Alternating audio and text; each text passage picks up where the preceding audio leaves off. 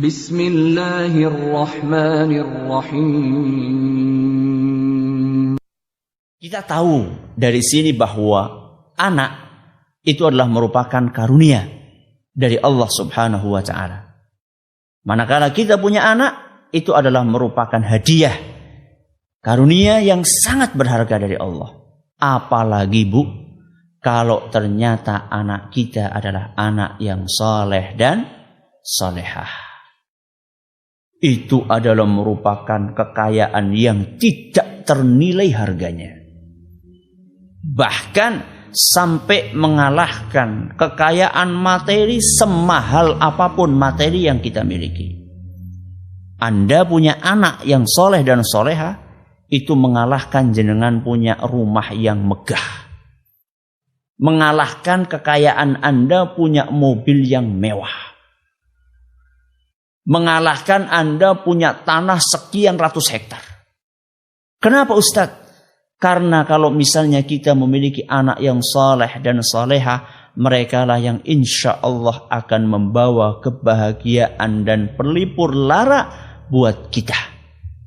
Di dunia maupun di akhirat. Apa sih Bu enaknya punya rumah yang megah? Ternyata anaknya itu terjerat narkoba. Enaknya apa? Apa sih Bu enaknya punya mobil yang mewah, tapi dela-dela mobilnya bodol ditabrakakan dengan anaknya karena dia seneng balapan? Apa sih enaknya punya tanah yang luas, detik-detik sertifikatnya hilang digadekakan dengan anaknya? Apa sih enaknya Bu? Tidak ada enaknya. Tapi kita punya anak yang soleh dan soleha dengan keterbatasan materi yang kita miliki. Kita punya rumah pas-pasan saja, kendaraan juga biasa-biasa saja. Bahkan mungkin sepeda pun tidak punya, jadi kemana-mana bicycle. Nah, pakai apa Bu? Pakai sikil kemana-mana, ya, alias cuma berjalan kaki.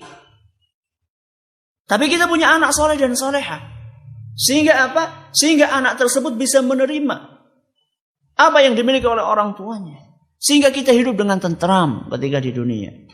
Kita hidup dengan nyaman ketika di dunia. Anak kita mengerti kekurangan yang dimiliki oleh orang tuanya. Sehingga dia tidak banyak menuntut. Inilah kenikmatan yang sangat besar. Yang tidak bisa dihitung dengan materi manakala kita memiliki anak yang soleh dan soleha. Ini baru bicara tentang di dunia. Belum kita berbicara tentang di akhirat.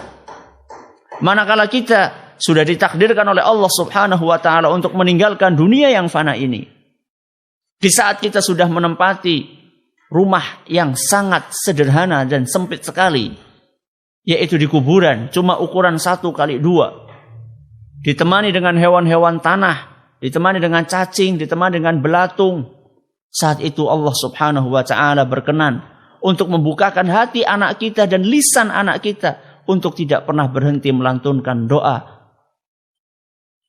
Rabbighfirli wa liwalidayya warhamhuma kama rabbayani shaghira. Sehingga apa? Sehingga kuburan kita yang sempit tadi akan menjadi luas. Kuburan kita yang gelap akan menjadi terang benderang. Kita yang di kuburan pengap, kita bisa menghirup udara yang segar. Karena anak kita tidak pernah lupa untuk mendoakan orang tuanya. Belum lagi kalau misalnya dia nanti ke akhirat. Di alam akhirat mungkin bisa memberikan syafaat manakala anak kita menjadi anak yang saleh atau anak yang salehah. Maka ini adalah merupakan kekayaan yang luar biasa. Namun kenyataannya, bapak-bapak dan ibu-ibu yang kami hormati, masih banyak di antara orang tua yang belum merasakan anak itu sebagai anugerah.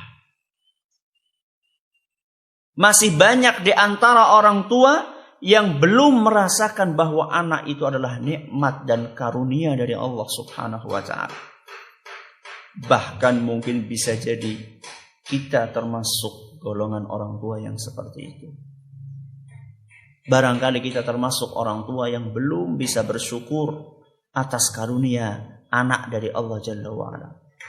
Buktinya apa? Buktinya kita masih sering berkeluh kesah. keluh kesah keluar terus dari lisan kita.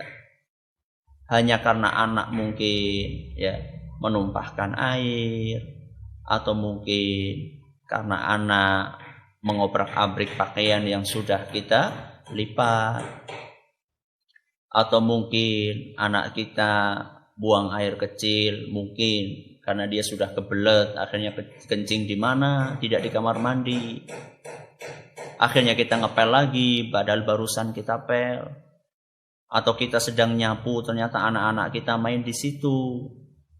Akhirnya setiap hari yang keluar dari lisan kita adalah keluh kesah. Bocah kok angel temen, bocah kok angel temen.